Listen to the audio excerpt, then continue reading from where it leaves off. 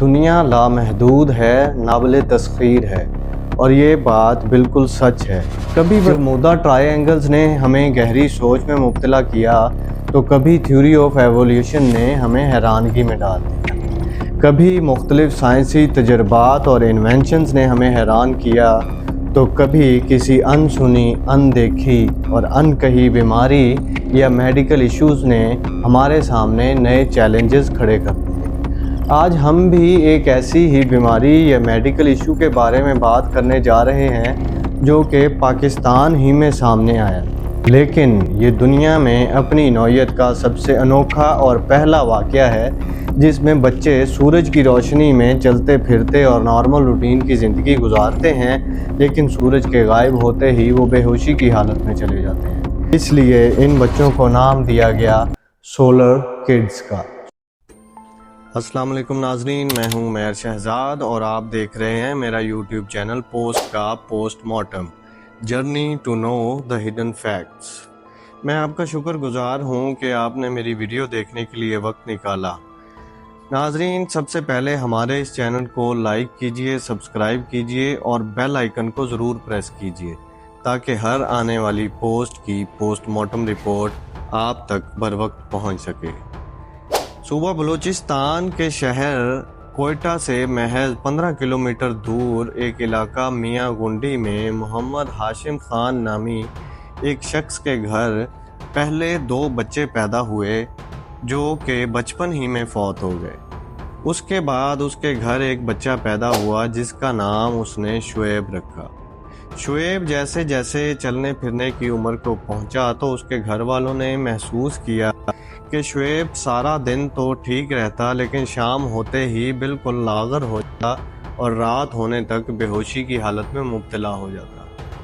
اسی دوران ان کے گھر ایک اور بچہ پیدا ہوا جس کا نام عبدالرشید رکھا گیا۔ عبدالرشید نے بھی جب 2 سال کی عمر تک چلنا پھرنا شروع کیا تو اس میں بھی اپنے بڑے بھائی شعیب کی طرح کی علامات ظاہر ہونے لگی۔ یہ دونوں بھائی دن کی روشنی میں بالکل ٹھیک رہتے، روزمرہ کی زندگی بالکل نارمل طریقے سے گزارتے، کرکٹ کھیلتے، اسکول جاتے، لیکن جیسے جیسے شام ہوتی تو وہ دونوں بھائی بالکل لاغر ہوتے جاتے اور رات ہونے تک وہ بے ہوشی کی حالت میں مبتلا ہو جاتے۔ بچوں کے والد محمد ہاشم خان اور ان کے ماموں شبیر احمد نے علاقے کے تمام ڈاکٹر سے ان بچوں کا چیک اپ کروایا لیکن کسی کو بھی ان کا مرض سمجھ نہیں آیا۔ بہت سے حکیموں سے علاج کروانے کے بعد بھی جب کوئی افاقہ نہ ہوا تو ان کے خاندان والے اس نتیجے پر پہنچے کہ شاید ان بچوں پر کسی جن بھوت کا سایہ ہے یا کسی نے ان پر کالا جادو کروا دیا ہے۔ لہٰذا پیروں فقیروں سے ان کے روحانی علاج کا سلسلہ شروع ہو گیا۔ اب شعیب 13 سال کا ہو چکا تھا اور عبدالرشید 9 سال کی عمر کو پہنچ چکا تھا۔ دونوں بھائی اپنی روزمرہ زندگی کو اس طرح ترتیب دے چکے تھے کہ سورج ڈھلنے سے پہلے اپنا کھیلنا کودنا اور اسکول کی ایکٹیویٹیز کو ختم کر کے سورج غروب ہونے تک اپنے گھر پہنچ جاتے۔ ایک دن شعیب اور عبدالرشید کھیلنے کی غرض سے ایک پہاڑ پر گئے جہاں انہیں دیر ہو گئی۔ سورج غروب ہونے لگا تو دونوں بھائیوں نے گھر کی طرف دوڑ لگا دی۔ سورج کی کرنیں کم ہونے کی وجہ سے ایک بھائی تو راستے ہی میں گر گیا اور بے ہوش ہو گیا، جبکہ دوسرا بھائی گھر کے قریب جا کر گرا اور بے ہوشی کی حالت میں مبتلا ہو گیا۔ بچوں کے والد محمد ہاشم خان نے دونوں بچوں کو اٹھایا اور گھر لے جا کر کمرے میں بستر پر ڈال دیا۔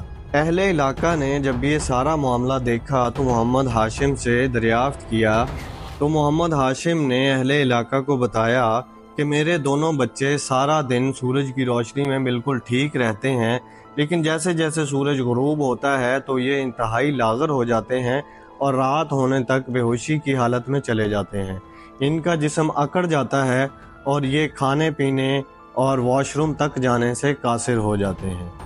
علاقے میں خبر پھیلنے کے فوراً بعد بڑی بڑی گاڑیوں میں ریسرچرز اور مختلف ممالک سے ڈاکٹرز اور سائنٹسٹ کی ٹیمیں اس علاقے میں پہنچنے لگی، کیونکہ یہ پوری دنیا میں اپنی نوعیت کا پہلا اور انوکھا واقعہ تھا جس میں بچے سولر پلیٹس کی طرح کام کرتے تھے، یعنی سورج کی روشنی میں تو بالکل ٹھیک اور سورج غائب ہونے پر کام کرنا چھوڑ دیتے تھے۔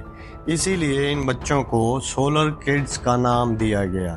Be B C, C N N اور الجزیرہ ٹی وی جیسے دنیا کے بڑے بڑے نیوز چینلز نے ان پر رپورٹنگ شروع کر دی۔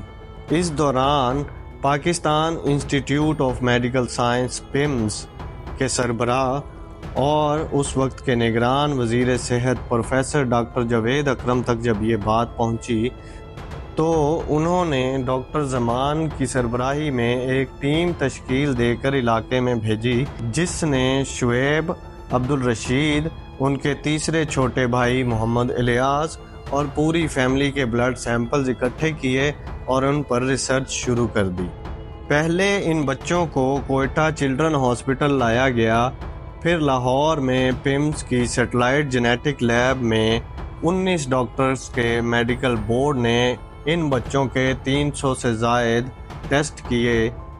شروعات میں ڈاکٹرز کو یہ لگا کہ شاید ان بچوں میں نیورو ٹرانسمیٹرز کی کمی ہے۔